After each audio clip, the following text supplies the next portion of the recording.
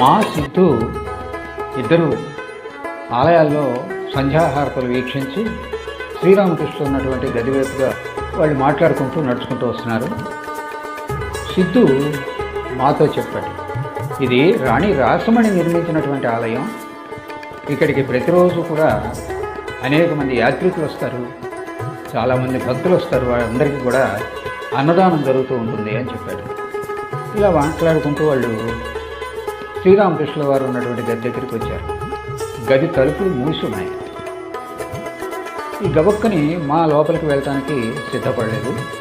ఆ గది బయట బృంద అనేటటువంటి పని మనిషి ఉంది. ఆమెను అడిగాడు సిద్ధు, ఏమా సాధువు గారు లోపల ఉన్నారా అని అడిగాడు.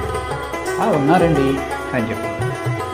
ఏమ్మా వీరు ఇక్కడ ఎంతకాలం నుంచి ఉంటున్నారు అని అడిగాడు. మా అబ్బో చాలా కాలం నుంచి ఉన్నారండి అని చెప్పింది బృంద. మీరు చాలా పుస్తకాలు చదివారనుకుంటా అన్నాడు మా. అబ్బే లేదండి, సరస్వతీదేవి కేవలం ఆయన నాలుక మీద వసిస్తూ ఉంటుంది అని చెప్పి మా ఆశ్చర్యపోయాడు.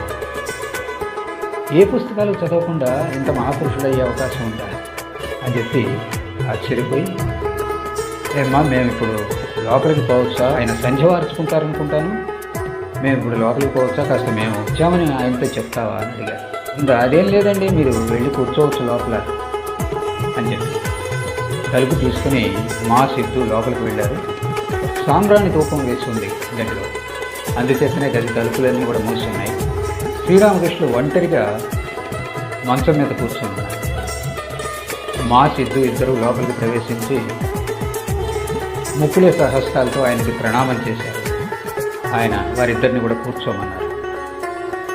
తర్వాత నువ్వు ఎక్కడుంటావు, ఏం చేస్తుంటావు, ఇక్కడికి ఎందుకు వచ్చావు, ఇట్లాంటి ప్రశ్నలు అడిగారు శ్రీరామకృష్ణుడు. వాటికి మా సమాధానాలు చెప్తూనే ఉన్నాడు. అయితే ఆ సమాధానాలు ఆయన వింటున్నాడా లేదా అన్నటువంటి అనుమానం మాకు వచ్చింది. ఎందుకంటే ఆయన మధ్య మధ్యలో అన్యమనస్కం అవటం గమనిస్తున్నాడు. మా దాన్నే భావావస్థ అని అంటారని చెప్పి తర్వాత తెలుసుకున్నాడు.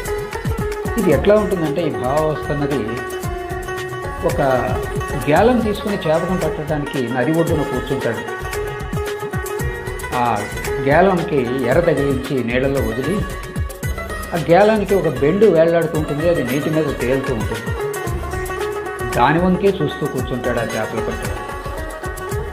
ఆ బెండు ఎప్పుడు కదులుతుందా, ఆ బెండు కదలంగానే చేప పడినట్టు లెక్క అన్నమాట. అప్పటి వరకు కూడా పక్క నుంచి ఎవరన్నా వెళుతున్నా, ఎవరన్నా మాట్లాడించినా, పెద్ద పెద్ద శబ్దాలు ఏమొచ్చినా అసలు ఏమీ అతనికి ఆ స్పృహే ఉండదు. కేవలం అతని దృష్టి అంతా కూడా ఆ బెండు మీదే ఉంటుంది. ఈ భావావస్థ అన్నది కూడా ఆ భగవన్నామ స్మరణలో, ఆ భగవంతుడి యొక్క భావనలో లీనమై అట్లా ఒక్కోసారి బాహ్య స్పృహ లేకుండా ఉంటుంది. ఇట్లాంటి స్థితి శ్రీరామకృష్ణులకి దాదాపుగా ప్రతి సాయంత్రం వస్తూ ఉంటుంది. సంధ్యా సమయంలో అనేక సార్లు ఆయన ఈ భావావస్థ స్థితిలో బాహ్య స్పృహను కూడా కోల్పోతూ ఉంటారు అనేటటువంటి విషయాన్ని మా ప్రత్యక్షంగా చూశాడు. తర్వాత కాలంలో ఆయన కళ్ళారా ఆయన చూశాడు, అది కన్ఫర్మ్ చేసుకున్నాడు అన్నమాట. సరే, మా రామకృష్ణ వారిని అడిగాడు, అయ్యా తమరు సంధ్యావందనం చేసుకుంటారేమో, మేము సెలవు పుచ్చుకుంటాం అని అడిగాడు. దానికి రామకృష్ణ వారు ఆ భావపరవశ స్థితిలో ఉంటూనే, సంధ్యావందనమా, అలాంటిది ఏం లేదే అన్నారు.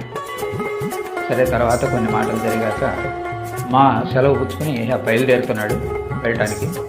రామకృష్ణ వారు మళ్ళీరా అని ఇంటికి బయలుదేరి ఇంటికి వెళ్తూ మా స్వాగతంగా ఇలా అనుకుంటున్నాడు, ఆహా ఎంత సుందరమైనటువంటి ప్రదేశం ఇది, ఎంత ప్రశాంతంగా ఉంది ఇక్కడ, ఆయన మాటలు మళ్ళీ మళ్ళీ వినాలనిపిస్తోంది నాకు.